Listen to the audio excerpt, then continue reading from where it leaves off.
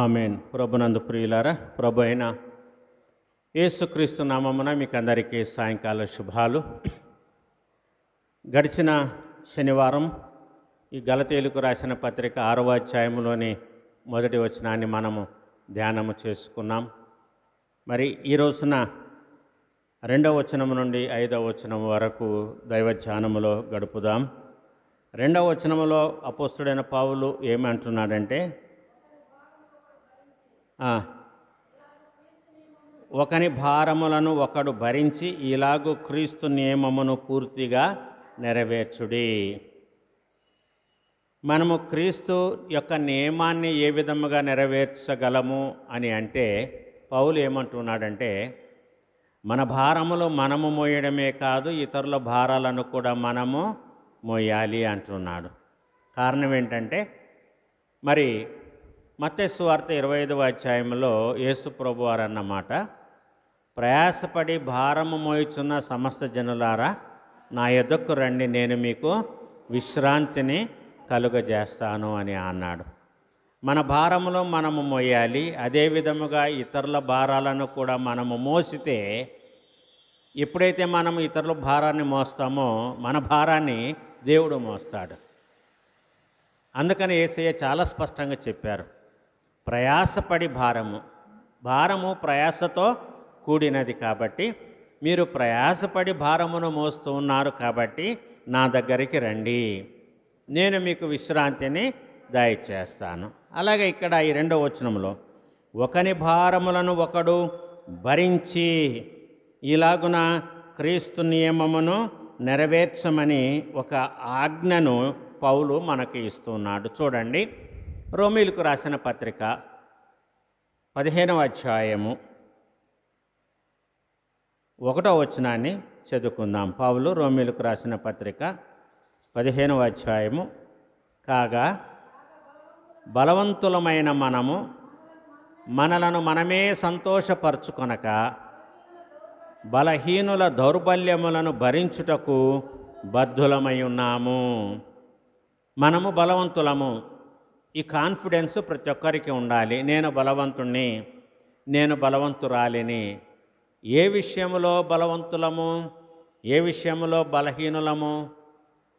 దేవుని విషయంలో ప్రతి ఒక్కరు కూడా బలవంతులుగా ఉండాలి. కారణం ఏంటంటే, ఆయన మన బాధలను సహించాడు, మన భారాన్ని మోసాడు. ఏ విషయం అయితే ప్రభు అయిన యేసుక్రీస్తును గురించి ప్రవక్త అయినటువంటి యెషయా చెప్పాడో 53వ అధ్యాయములో, అతడు మన భారములను భరించెను, ఆయన సహించాడు, మన దోషాలన్నిటిని కూడా ఆయన సహించాడు అని ప్రభునందు ప్రియులారా చెప్తున్నాడు 4వ వచనములో. నిశ్చయముగా అతడు మన రోగములను భరించెను, మన వ్యసనములను సహించెను. ఆయనను మొత్తబడిన వానిగాను, దేవుని వలన బాధింపబడిన వానిగాను, శ్రమనొందిన వానిగాను మనం అతనిని ఎంచితిమి. ఇక్కడ మనము దీనిని గమనించాలి. ఏ విధముగా దేవుని కుమారుడైన యేసుక్రీస్తు మన రోగములను భరించి మన వ్యసనములను ఆయన సహించాడు. మన కోసము ఆయన మొత్తబడిన వానిగాను, శ్రమనొందిన వానిగాను మనము ఆ దేవుని కుమారుడైన యేసుక్రీస్తును మనము ఎంచి ఉన్నాము. కాబట్టి పౌలు ఏమంటున్నాడంటే, మీరు ఒకరి భారములను ఒకరు భరించండి. రెండవదిగా మనము చూస్తే, ఇదే పౌలు కొరింథీయులకు రాసిన మొదటి పత్రిక 9వ అధ్యాయము 11వ వచనములో ఈ విధముగా సెలవిస్తున్నాడు, మీ కొరకు ఆత్మ సంబంధమైనవి మేము విత్తి ఉండగా మీ వలన శరీర సంబంధమైన ఫలము కోసుకొనుట గొప్ప కార్యమా అని ఇక్కడ పౌలు భక్తుడు ప్రభునందు ప్రియులారా ఒక ప్రశ్నను వేస్తున్నాడు. దేవుడు మనకు ఏమి ఇచ్చాడు, దేనిని భరించమన్నాడు, దేనిని సహించమన్నాడు, మనము దేనిని భరిస్తున్నామో దేనిని సహిస్తున్నామో మనము చూడాలి. మరి గమనించండి, చిన్న మార్పు. అది కొరింథీయులకు రాసిన మొదటి పత్రిక కాదు, తెస్సలోనికైలకు రాసిన మొదటి పత్రిక 5వ అధ్యాయము 14వ వచనాన్ని చదువుకుందాం. సహోదరులారా, నేను మీకు బోధించున్నది ఏమనగా అక్రమముగా నడుచుకుని వారికి బుద్ధి చెప్పుడి, ధైర్యము చెడిన వారిని ధైర్యపరచుడి, బలహీనులకు ఊత నీయుడి, అందరి ఎడల దీర్ఘశాంతము కలవారై ఉండండి. భరించడం అంటే ఏంటి?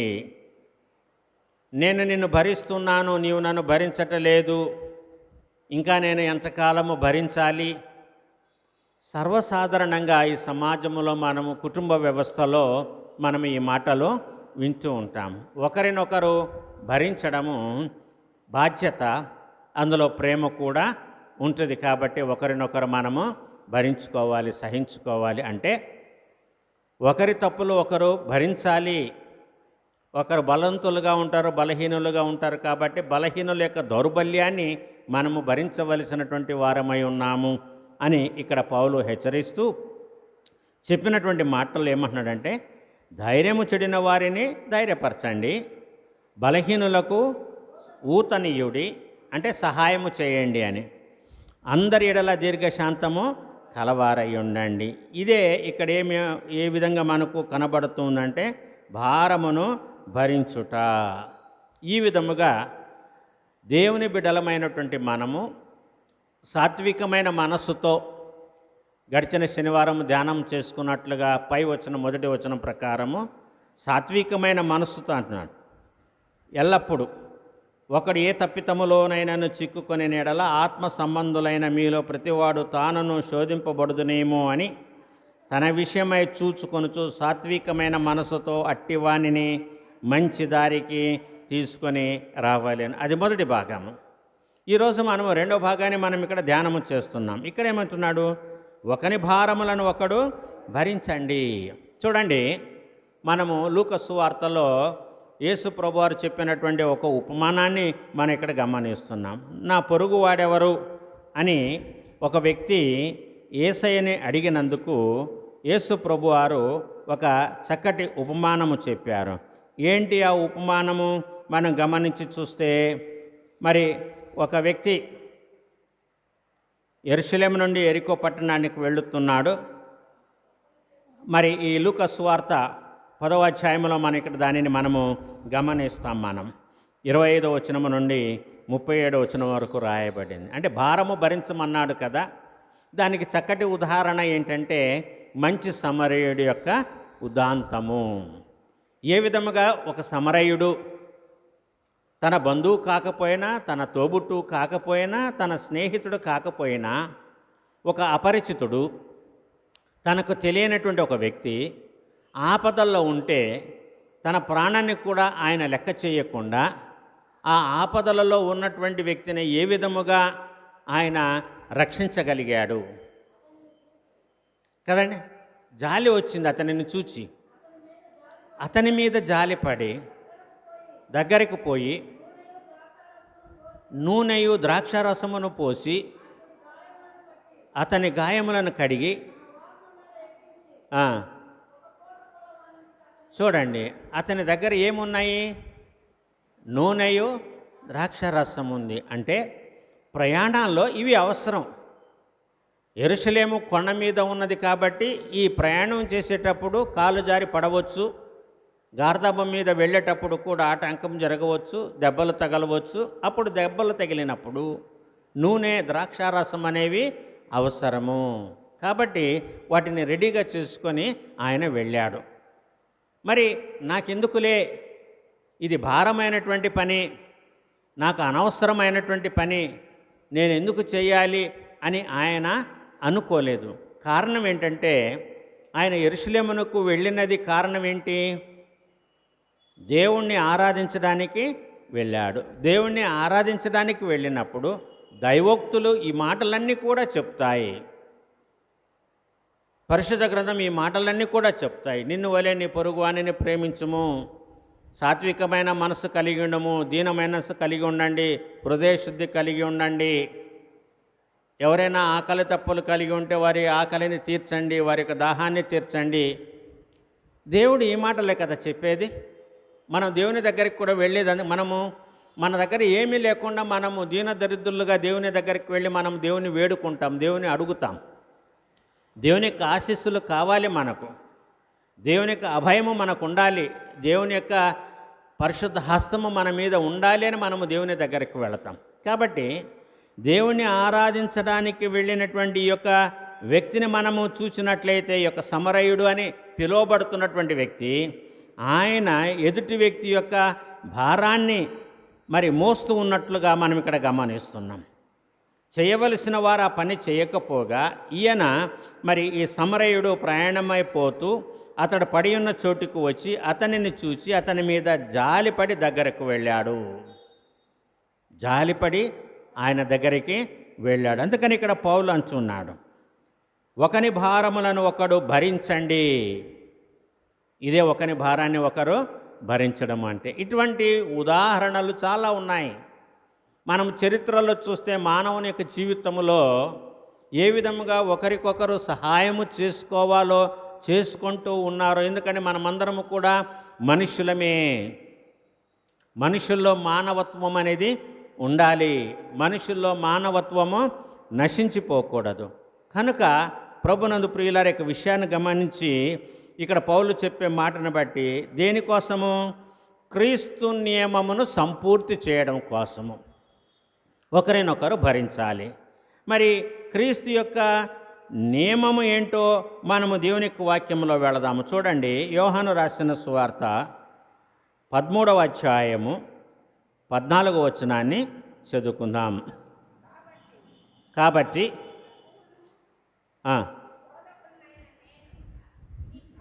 ప్రభువును బోధకుడునైన నేను మీ పాదములు కడిగిన ఎడల మీరు ఒకరి పాదములు ఒకరు కడుగవలసినదే. నేను బోధకుడిని, మీరు నా యొక్క శిష్యులు.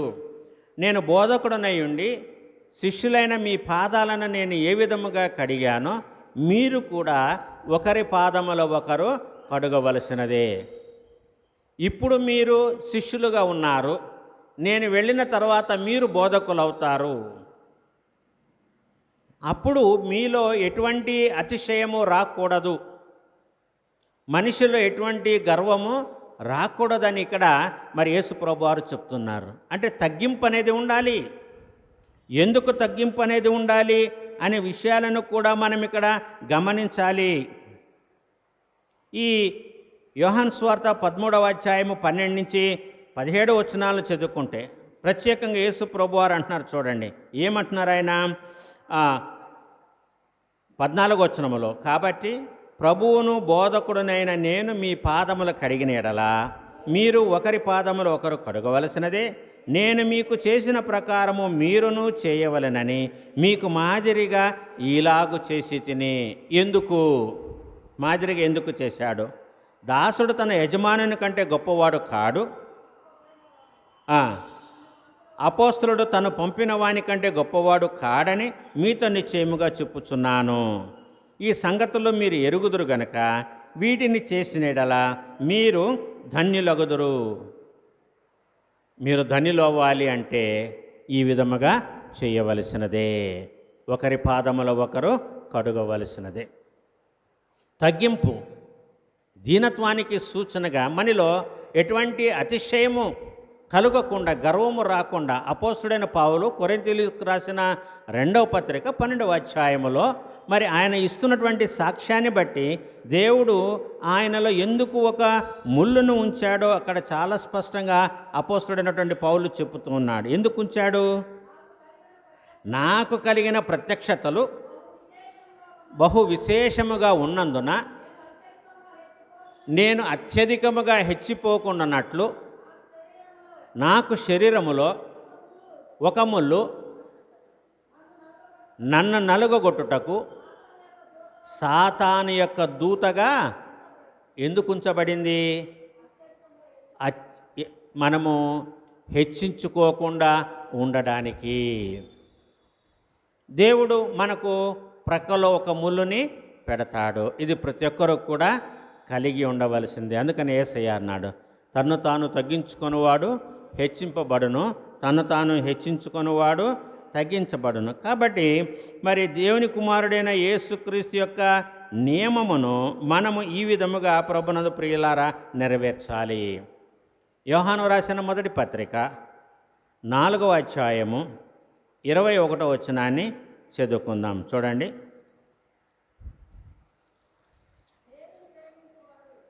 దేవుని ప్రేమించువాడు తన సహోదరుని కూడా ప్రేమించవలెను. ఆజ్ఞను మనం ఆయన వలన పొంది ఉన్నాము. అంటే ఈ యొక్క ఆజ్ఞను, దేవుని ప్రేమించువాడు తన సహోదరుని కూడా ప్రేమింపవలెనను ఆజ్ఞను మనము ఆయన వలన పొంది ఉన్నాము. నేను దేవుని ప్రేమిస్తున్నానని చెప్పి తన సహోదరుని ద్వేషించిన ఎడల అట్టివాడు అబద్ధికుడు, అతనిలో సత్యము ఉండదు అని మరి ఈ యోహాను రాసినటువంటి మొదటి పత్రికలోనే మనం జ్ఞాపకం చేసుకుంటాం. ఎవడైనను నేను దేవుని ప్రేమించుచున్నానని చెప్పి తన సహోదరుని ద్వేషించిన ఎడల అతడు అబద్ధికుడగును. తాను చూచిన తన సహోదరుని ప్రేమింపనివాడు తాను చూడని దేవుణ్ణి ఏ విధముగా ప్రేమిస్తాడు? దేవుణ్ణి ప్రేమించేవాడు తన సహోదరుని కూడా ప్రేమించాలి. దేవుడు కనపడడు. నేను దేవుని ప్రేమిస్తున్నాను, దేవుని యొక్క ప్రేమ అని చెప్తుంది. నీ సహోదరుని కూడా నువ్వు ప్రేమించాలని చెప్తుంది. కంటికి ఎదురుగా కనపడేటువంటి సహోదరుని ప్రేమించకుండా, ఇంట్లో ఉన్న సహోదరుని తోబుట్టుని ప్రేమించకుండా, కనపడి ఎక్కడో అనంత విశ్వములో ఎక్కడో ఉన్నటువంటి దేవుణ్ణి, అదృశ్య రూపములో ఉన్నటువంటి దేవుణ్ణి మనం ఏ విధంగా ప్రేమిస్తాము? మనము దేవుని ప్రేమించే వారమైతే దేవుని యొక్క ఆజ్ఞలకు లోబడాలి. దేవుడు చెప్పిన మాటలు మన జీవితంలో మనం తప్పకుండా నెరవేర్చాలి. దానిని ఇక్కడ పౌలు ఏమంటున్నాడంటే ఇదే క్రీస్తు యొక్క నియమము. ఇది క్రీస్తు యొక్క నియమము. దాన్ని ఏం చేయమంటున్నాడు ఆయన? పూర్తిగా నెరవేర్చండి. నెరవేర్చండి, పూర్తిగా నెరవేర్చండి అనే దానికి చాలా వ్యత్యాసం ఉంది. సగము నెరవేర్చి సగం విడిచిపెట్టమని కాదు. అంటే పూర్తిగా నెరవేర్చడం అంటే మనలో ప్రాణమున్నంత వరకు. పౌలు ఏం చెప్పాడు తిమోతికి రాసిన 2వ పత్రికలో? ఆయన చివరి అధ్యాయంలో ఒక మాట చెప్పాడు. మనం అప్పుడప్పుడు దానిని మనము జ్ఞాపకము చేసుకుంటాం. మంచి పోరాటము పోరాడి తిని విశ్వాసము కాపాడుకొంటిని. ఆగండి అక్కడ. మంచి పోరాటం పోరాడు. ఎంతవరకు పోరాడాడు? తన నిర్యాణ కాలము వచ్చేంత వరకు, తన మరణకాలము వచ్చేంత వరకు ఆయన పోరాడాడు. విశ్వాసం ఎప్పటి వరకు కాపాడుకున్నాడు? తన మరణం వచ్చేంత వరకు విశ్వాసాన్ని ఆయన కాపాడుకున్నాడు. ప్రభు అయిన దేవుడు ఆయన మీద పెట్టినటువంటి భారాన్ని నెరవేరుస్తూ, ఇతడు నా కొరకు ఎన్ని శ్రమలు అనుభవించాలో నేను ఆయనకి చూపిస్తానన్నాడు యేసయ్య. అపోస్తుల కార్యముల గ్రంథము 9వ అధ్యాయములో. అందుకనే అంత సులభం కాదు పౌలు చెప్పిన మాట. ఏంటది? నేను మంచి పోరాటము పోరాడి తిని నా పరుగు కడముట్టించి తిని విశ్వాసమును కాపాడుకుంటుని. ఎప్పటి వరకు? చివరి వరకు. అందుకనే అంటున్నాడు, ఇక నా కొరకు నీతి కిరీటము ఉంచబడింది. ఎందుకంటే నేను ఇంక పోరాడవలసినది ఈ లోకములో ఏది కూడా లేదు. అని అంటే ఏంటి? నేను చనిపోబోతున్నాను. నేను బ్రతికి ఉన్నంత వరకు నేను చేయగలిగినంత కూడా నేను మంచిది చేశాను. దేవుడు నాకు చెప్పింది. పోరాడాను. నేను నా పరుగు ఎక్కడి వరకు దేవుడు నన్ను పరిగెట్టమన్నాడు అక్కడి వరకు నేను పరిగెట్టాను. నా గమ్యస్థానాన్ని చేరుకున్నాను. ఎందుకంటే నేను చనిపోబోతున్నాను కాబట్టి అదే నా గమ్యస్థానము. విశ్వాసాన్ని నేను కాపాడుకున్నాను. నేను బ్రతికి ఉన్నంత వరకు, క్రీస్తు ద్వారా పట్టబడిన తర్వాత ఈ క్షణము వరకు, నాలో ఊపిరి ఉన్నంత వరకు దేవుని పట్ల నాకు ఉన్నటువంటి విశ్వాసము, నా పట్ల దేవునికి ఉన్నటువంటి విశ్వాసము, దేవుడు నమ్మి నాకు అప్పచెప్పినటువంటి బాధ్యతను నేను తూచా తప్పకుండా నెరవేర్చాను. అందుకనే నా కొరకు నీతి కిరీటము ఉంచబడింది. ఇది దేవుని యొక్క నియమము. దానిని ప్రభునందు ప్రియులారా మనం నెరవేర్చాలి. ఎప్పటి వరకంటే అంతము వరకు. ఇక్కడ ఈ పౌలు చెప్తున్నటువంటి యొక్క మాటను బట్టి పూర్తిగా నెరవేర్చండి. సగములో విడిచిపెట్టి మనము వెళ్ళకూడదు. అందుకని యేసయ్య భోజనం చేస్తుంటే మధ్యలో లేచి ఆయన శిష్యుల యొక్క పాదాలను కడిగాడు. అక్కడ ఆయన కూడా సంపూర్తి చేశాడు. ఏదో కొదువు అనిపించింది యేసు ప్రభు వారికి, అది చెయ్యకపోతే వీళ్ళు తెలుసుకోరు. కాబట్టి భోజనము మధ్యలో నుండి యేసు ప్రభు వారు లేచి ఒక పాత్రను తీసుకొని అందులో నీళ్లు పోసి వాళ్ళ దగ్గరికి వెళ్ళి వాళ్ళ పాదాలు అందులో పెట్టి నీళ్లు పోసి కడిగి తువాలతో తుడిచాడండి. సో అక్కడ ఆయన సంపూర్తి చేశాడు, సంపూర్తి చేసి నెరవేర్చాడు. అదే యేసు ప్రభు వారు చేసినటువంటి విజ్ఞాపన ప్రార్థనలో యోహాను సువార్త 17వ అధ్యాయంలో ఆ యేసు ప్రభు వారు చాలా చక్కగా చెప్తాడు, నీవు నాకు అప్పగించిన కార్యాన్నంతటిని కూడా నేను సంపూర్తిగా నెరవేర్చి తిని. శిష్యుల యొక్క పాదాలను కడగడము కూడా ఆయన నెరవేర్చినట్టే. కాబట్టి మన జీవితంలో మనకు ఏదైనా టాస్క్ ఇవ్వబడితే దాన్ని సంపూర్తిగా మనము నెరవేర్చాలి అండి, మిగిల్చకూడదు.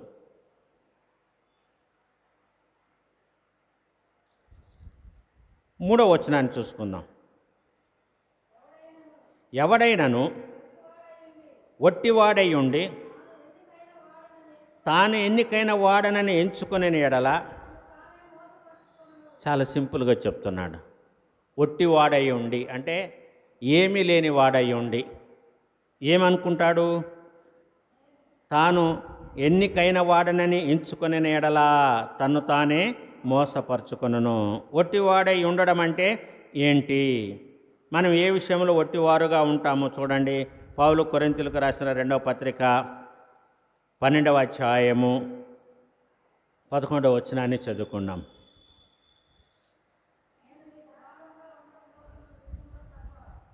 నేను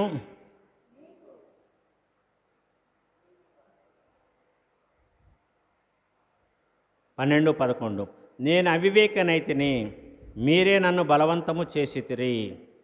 నేను మీ చేత మెప్పు పొందవలసిన వాడను, ఏలైనగా నేను ఏమాత్రపు వాడను కాకపోయినను మిక్కిలి శ్రేష్ఠులైన ఈ అపోస్తుల కంటే నేను ఏ విషయంలోనూ తక్కువ వాడను కాను అంటున్నాడు. నేను ఒట్టివాడను కానంటున్నాడు ఇక్కడ పౌలు. ఏమంటున్నాడండి? నేను ఒట్టివాడను కాను. మరి ఆయనకున్నటువంటి ఆధిక్యత ఏంటి? మనం ఇందాక చదువుకున్న ఇదే కొరింథీయులకు రాసిన పత్రిక ఇదే 12వ అధ్యాయంలోనే మనము చూస్తే, నాకు కలిగిన ప్రత్యక్షతలో నేను అత్యధికంగా హెచ్చిపోకుండా నిమిత్తము నన్ను నలుగొట్టుటకు సాతాను యొక్క దూతగా మరి ఒక ముళ్ళు నా ప్రక్కల ఉంచబడింది అని చెప్తున్నటువంటి పౌలు ఇక్కడ 11వ వచనంలో ఏమంటున్నారంటే, నేను అవివేకినైతిని, మీరే నన్ను బలవంతము చేసితిరి, నేను మీ చేత మెప్పు పొందవలసిన వాడను. చాలా ధైర్యంగా చెప్పుకుంటున్నాడు, నేను మీ చేత మెప్పు పొందవలసిన వాడను. ఎందుకని? ఏలయనగా నేను ఏమాత్రపు వాడను కాకపోయినను మిక్కిలి శ్రేష్ఠులైన ఈ అపోస్తుల కంటే నేను ఏ విషయంలోనూ తక్కువ వాడానో కానంటున్నాడు.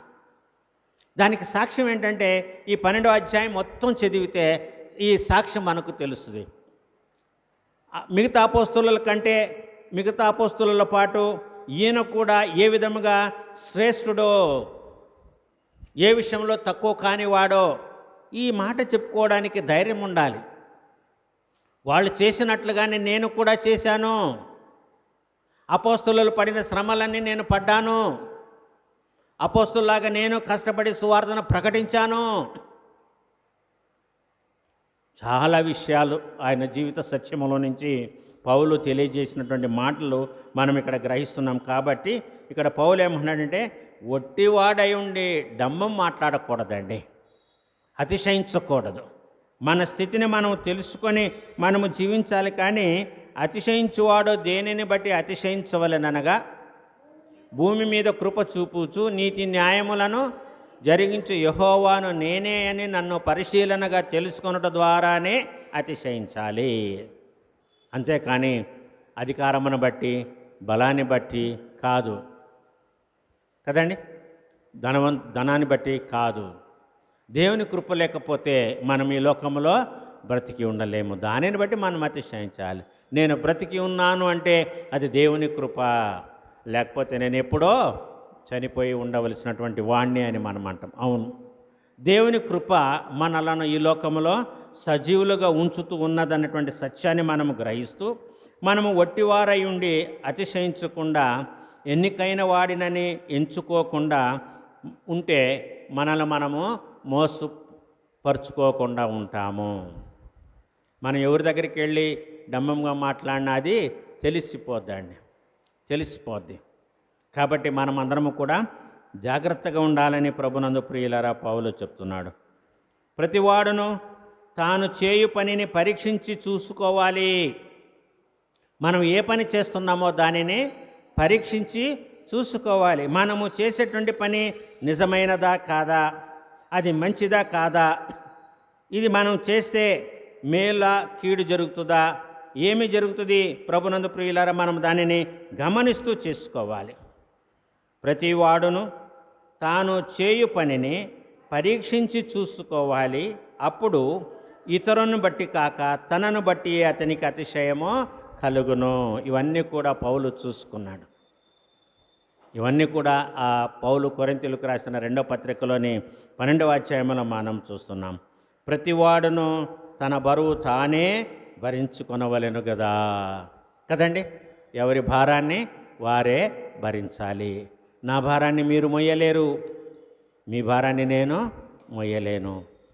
మీ సిలువను మీరు మోసుకోవాలి, నా సిలువను నేను మోసుకోవాలి. కనుక ప్రభునందు ప్రియులారా, మన పాప భారాన్ని మనమే మోయాలి. లోకం పాప భారమంతా కూడా యేసయ్య మోసాడు, భరించాడు.